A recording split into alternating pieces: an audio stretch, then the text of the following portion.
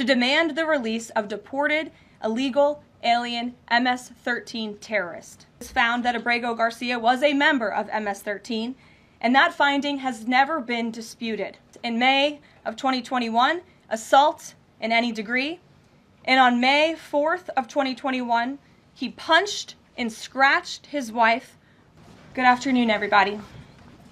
President Trump campaigned on the promise to secure our homeland and deport violent alien criminals from our communities. That is why the American people overwhelmingly reelected him back to this office, and it's why the American people defeated the Democrat Party in devastating fashion. Today, we have officially learned Democrat officials still refuse to accept the will of the American people.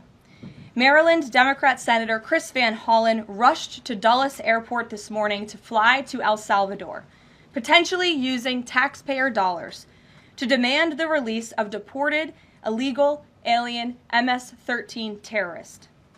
The Democrats and the media in this room have continually and wrongly labeled Kilmar Armando Garcia as a Maryland father. There is no Maryland father. Let me reiterate. Kilmar Armando Garcia is an illegal alien, MS-13 gang member and foreign terrorist who was deported back to his home country. And when Kilmar Armando Garcia was originally arrested, he was wearing a sweatshirt with rolls of money covering the ears, mouth, and eyes of presidents on various currency denominations. This is a known MS-13 gang symbol of hear no evil, speak no evil, see no evil.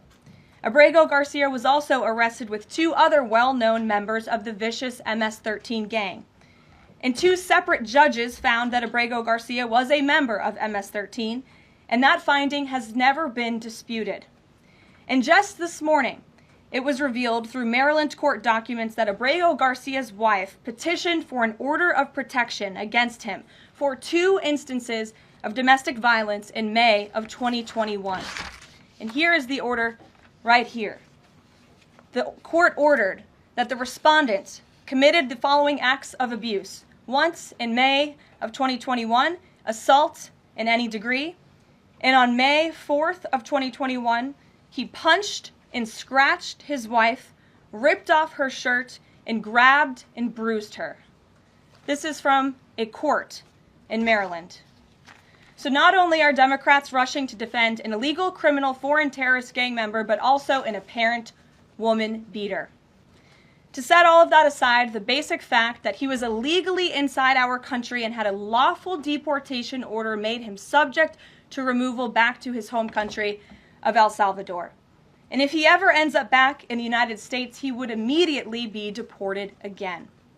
Nothing will change the fact that Abrego Garcia will never be a Maryland father. He will never live in the United States of America again.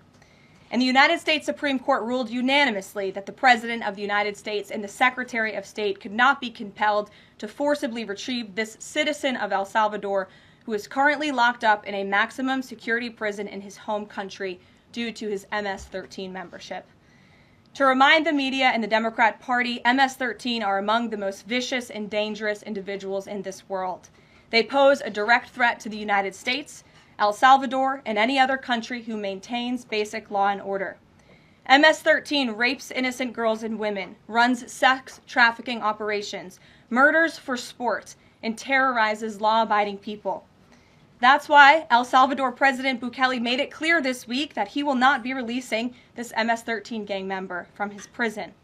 But that is not enough. All of that is not enough to stop the Democrat Party from their lies.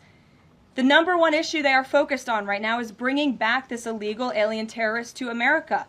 But where are the Democrats applauding the fact that southern border crossings just hit a historic low?